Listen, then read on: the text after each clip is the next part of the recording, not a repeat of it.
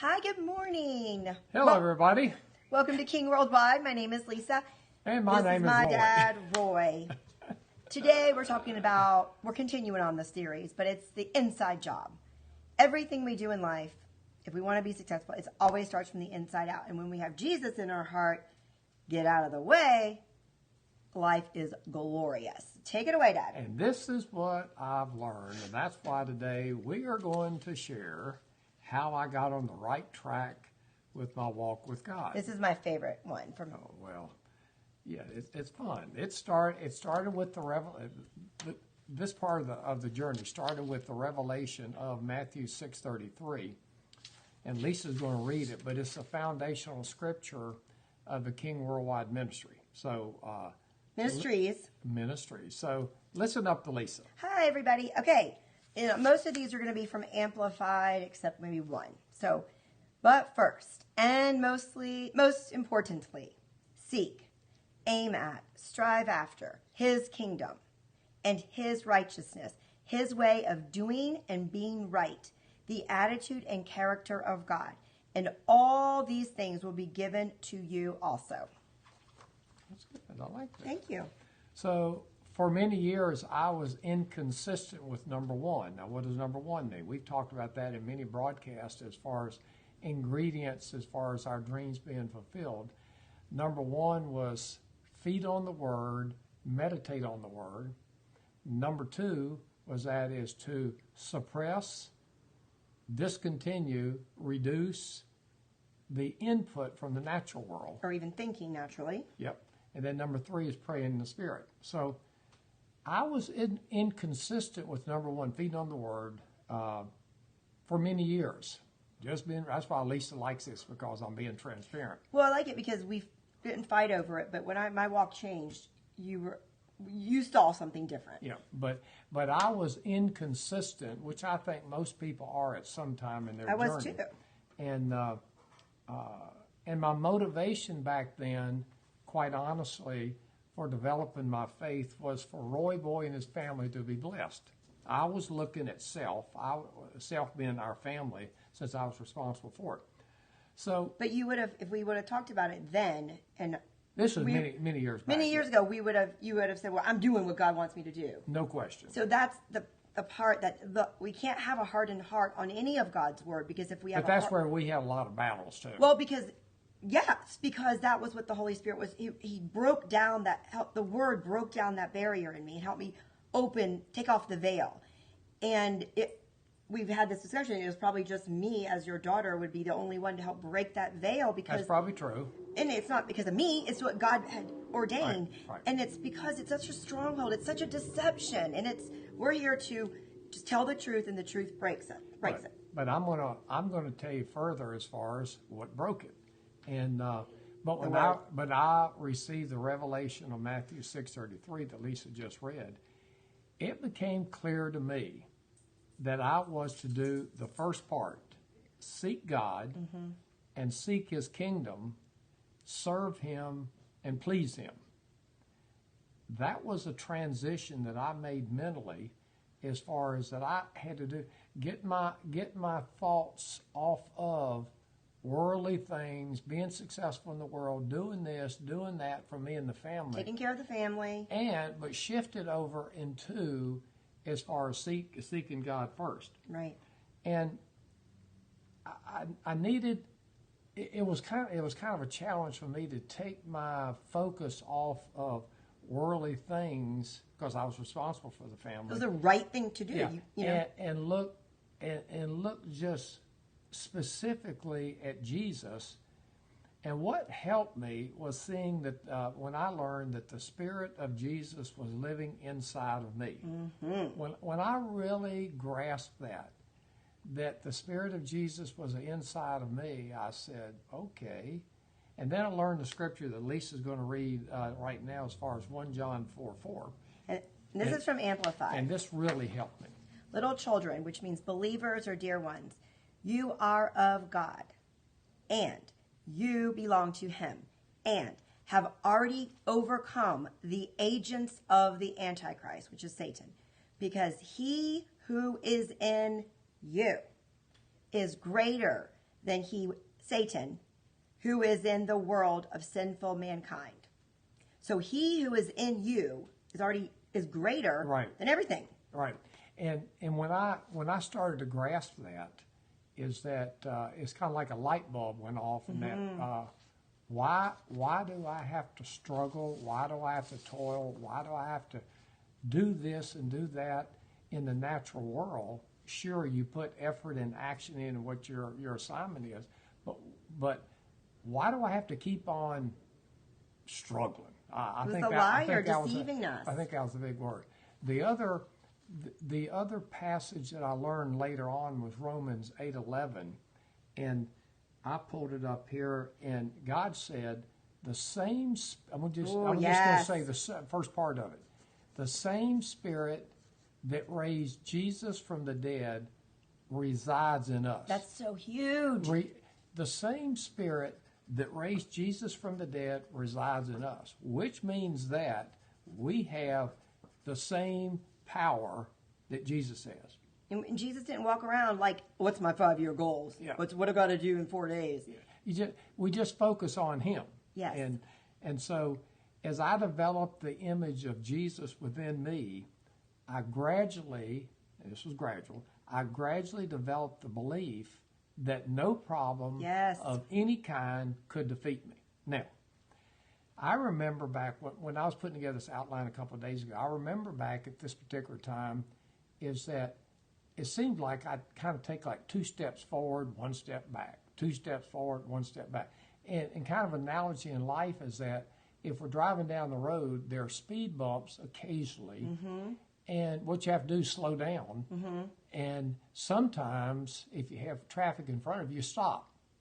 And that was kind of what I had going through reflecting back, going through my mind, is that I was trying to move steadily forward, but I go a little bit, might have to stop, and eventually I got there. The point being is that I don't think for any of us is that when we start on the journey that we just go speedily right forward. And the reason why is because there's opposition. Now, Lisa taught me recently. Matter of fact, just last week. Oh, this is good. This is not on the outline. She taught me just last week on the outline. I talked about down near the bottom as far as that to be in God's image, to live life in God's image, is that what we encounter is really kind of a fight with the adversary. I didn't say that. Well, that was what was on the outline. Oh. But here's what she made clear to me, and I'm for the 100th time. Probably so.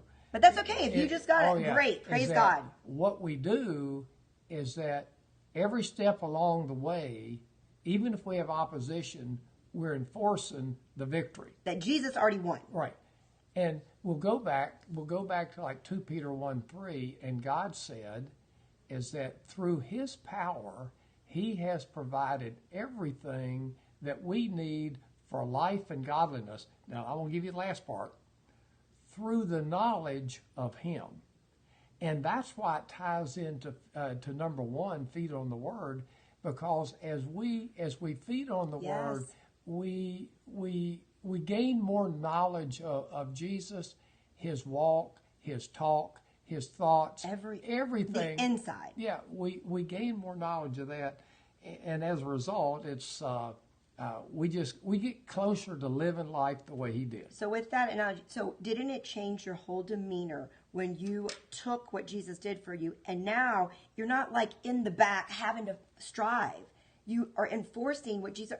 You're strong. You're on the offense versus defense. Yeah, it's a fact as far as that when opposition comes, it's like boom, boom, and it will, and it's kind of like taking a tool off the shelf, using that tool of victory, implementing it against opposition, and just wiping it out. The word fighting actually means like you don't know who's going to win. Yeah, that's why. That's what really registered me last week when you trained me on enforcing. Because I know the word says fight the good fight of faith. If you would go back and go back to the original, understand what the whole meaning is.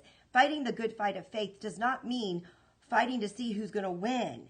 We have to understand what the word means. And the Lord revealed that to me through Brother Copeland, and then a bigger inside me, because what we say, oh, I'm fighting the good fight of faith, then that's telling our spirit that we lost. Well, and this is going to be a battle. It's telling our spirit that we don't know what the outcome is. Correct. That means doubt, unbelief, worry. That's exactly right. Fear. And so as a result, when you understand that you already have the victory. Right. And I know that's a challenge. Yes. I know it's a challenge to say, well, I've already got the victory. Greater is he that's in me than he that's in the world. What about all this junk I'm going through? Well, that's just the way it is. And so realizing that that's just the way it is that we go ahead and we take some of our armor off the shelf and we use that. And what is that? It's the Word of God. Right. It's number one, in that it always comes back to Jesus that. already plowed the way. Right. We don't have to plow it out. We have to get on that track and let it work. And so that's why that we oftentimes hear that everything that we ever need, want, and desire is inside us right now. That's why that the title of this is Inside Job, is because it's already inside us. All prosperity is in us. And what's prosperity? Not just money, that's part of it. It's to excel in anything that's desirable. And in James 1:17 it says, God, everything that God provides is good. Mm-hmm. So therefore, everything that is desirable per his word is prosperity. And so when we do that, yes, that's where Jesus is. Now, when we were born again, we were stamped with the image of the Lord Jesus Christ on the inside of us. That's right. We were stamped, just like if you take a stamp and at the post office when they stamp a letter, yes, it's the same thing. Stamp. Now, here is Ephesians 1:13 that's going to document that. Right. Amplified again. In him, in Jesus, in God, you also, when you heard the word of truth, the good news of your salvation, and as a result believed in him, you were stamped with the seal of the promised Holy Spirit, the one promised by Christ, the anointed one and his anointing, as owned and protected by God. So we either believe it or we don't. Yeah, we have the stamp on us, and it's an indelible mark. And so therefore, it can't be erased. And even though we might not follow it, it's still there. That's right. Okay. Amen, brother. Daddy. So I learned to focus on the first part of 6:33 and not the second. Let's go back to that. The first part is our responsibility. Seek first God and his kingdom. The way he thinks and operates. And his righteousness. Second part. And all these things will be added unto you. We have to do our part, and then God does his part. If we don't do our part, then he's sitting there kind of like with his hands folded, because we haven't given him the authority in order to step up and to bring all those things added to us. Well, what about all those people saying, I love Jesus, I love Jesus? Well, that's great. That's just great. Why isn't it working for me? Well, it's because you can love him, but you have to seek him and understand and build a relationship with him whereby that you know how he thinks, how he speaks, how he walks, how he lives his life. Sister Gloria taught me this, and it made me mad at first, and it'll probably make you mad. I'm glad you got mad. I've been mad at you a bunch of times. Well, I got mad. She goes, the word says in John 14:15, if you really love God, you obey him. I'm like, I love God. She said, those that don't obey him don't really love him. And I was like, I love him. And then the word is true. We either obey what he says, which means seek first the kingdom of God and his righteousness. Right. Joshua 1:8, meditate on my word day and night. Right. Proverbs 4:20, keep our eyes on the word. If we don't do that, we're disobeying God and we don't really love him. Right. Let's just be honest. And we can fight it all we want, but true love means serve, give, do whatever. Yeah, and that's why that I look back when I was in the corporate world, is that I said, yes, I love God, I love Jesus, this, that, and the other, but I wasn't seeking him first. I was not seeking God and his son first. But we thought we were, so how do we differentiate? Just the truth. Well, yeah, what you have to do is what I had to do was to spend more time on number one. and that's feed on the Word. Because as I did that, it kind of opened me up. It kind of took the veil off a little bit. Yes. I began to realize that, I hadn't been seeking Him first. Yeah, we quickly repent. I mean, I'd heard it and all, but it came within me that I really was not seeking Him first. Me too. And if I was going to seek Him first and for Him to do His part on the second half and all these things we add into you, I had to obey Him. And obey means seek Him first. I don't care how you cut and dice and slice it. It has to be that first if you're ever going to get the fullness of God's blessing. It's frustrating otherwise. It's a joke. It's a lie. We're lying to ourselves. We're kidding ourselves. And so, yes, when I committed my life to seeking Him first in His way of success, God did His part of showering the blessing on me and our family more than ever before. Now, what's the blessing? The blessing is the master plan of God's authority and power that applies to everything on the face of the earth, and everything everything must yield to the blessing. And so therefore the blessing is kind of like a big umbrella, kind of like a canopy. And how do you access that? You access it by grace through faith. How do you get faith? Faith cometh by reading the Word. So hearing and reading the Word. And so therefore, it all comes back to that as far as getting in the Word. Boy, I'm talking to me now. Praise the Lord. Getting into the Word, and therefore in doing that, that will activate. Well, what's grace? Here's what I learned. You know, years ago I learned merited favor, but I like this even better. It's the free divine gift of God's power that enables us to go beyond our natural ability. It enables us to go beyond our natural ability. And what kind of registered in my mind up here on that was the fact is that if it enabled me to go beyond my natural ability, why spend my mental effort and trying to put in the effort to accomplish it myself? Ding, ding, ding, ding, ding, ding, ding. We have just come to the answer of all time. Yes! Woo! Yes. That's not in the outline. No, but that right. Why waste our time using our mental intellect and energies? Well, God created me individual. Get over yourself. That is so selfish. Let God be God in you, and He'll use the gifts He's given you, period. It says, in closing here, is that we are more than conquerors because of who resides in us. And the last scripture that Lisa's going to read, and this one means a lot to her, because I know. And it's switching. And we'll end on that. But I'll say this last part I'm going to say is that our treasure is already on the inside of us. Go, Lisa. This is Galatians 2:20. It means a lot to you now, too, because... More than it did before. All right, I'm going to read it slow, but the way you get it is by reading slow and owning it. So this is Amplified, Galatians 2:20. I have been crucified with Christ. That is, in Him I have shared in His crucifixion, in the crucifixion. It is no longer I who live, but Christ, the anointed one, and His anointing lives in and through me. The life I now live in this earth suit, I live, and I like to put only live, by faith, which is adhering to, relying on, and completely trusting in the Son of God.